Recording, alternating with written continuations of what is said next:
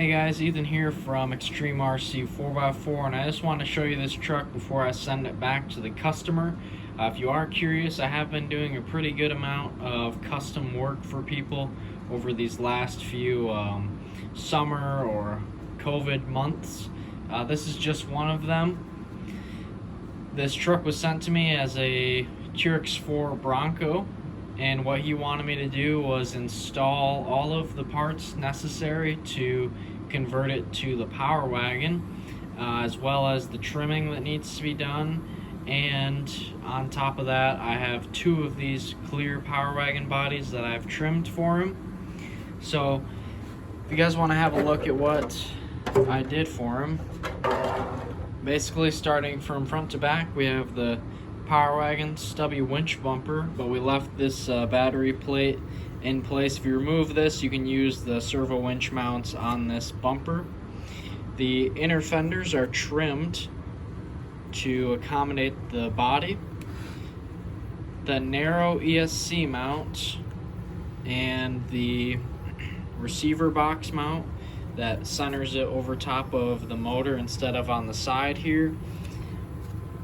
If you do have a look, I did do the same thing I did on mine, where I put this all in a wire loom so that the wires aren't in the way. These are just the battery cables I tucked out of the way here. So just run them up here, and the servo wire runs down here too. Sorry, it's kind of got some stuff on it from cutting it all out. But if you are curious about cutting these inner fenders yourself, basically where I go from is the center of the hole. When you have this, there's a big ridge for those rock lights, and on the center of that hole, I'll go all the way up to this corner and then back to the center of that hole. That's what I use as a reference to cut these.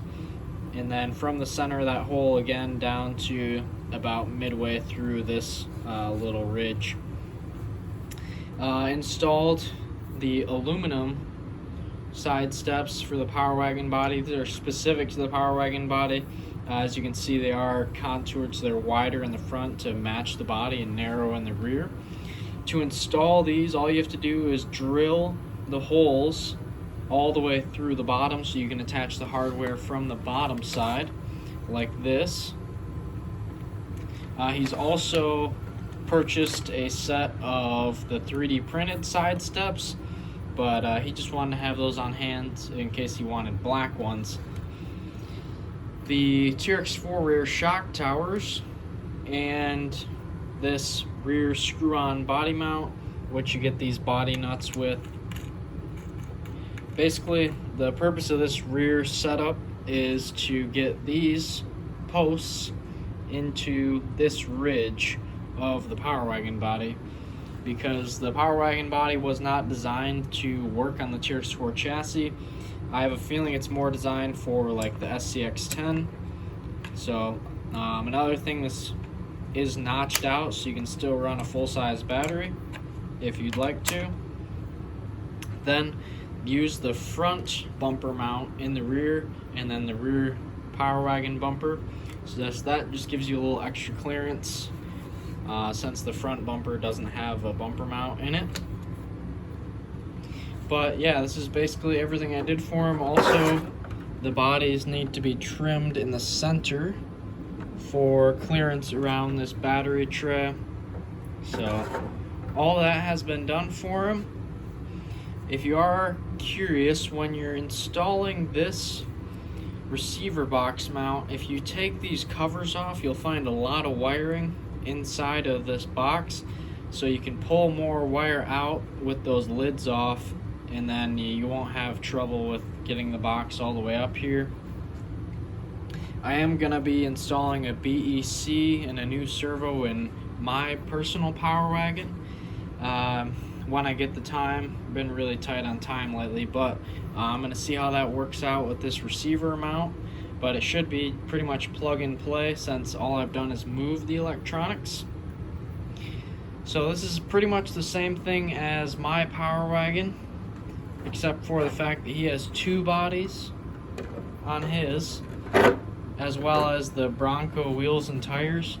He did tell me he ordered some different tires, but I can't remember which ones. I think it's the Proline Hyrax tires or something similar to that. But I really love how these Bronco rims look on the Power Wagon.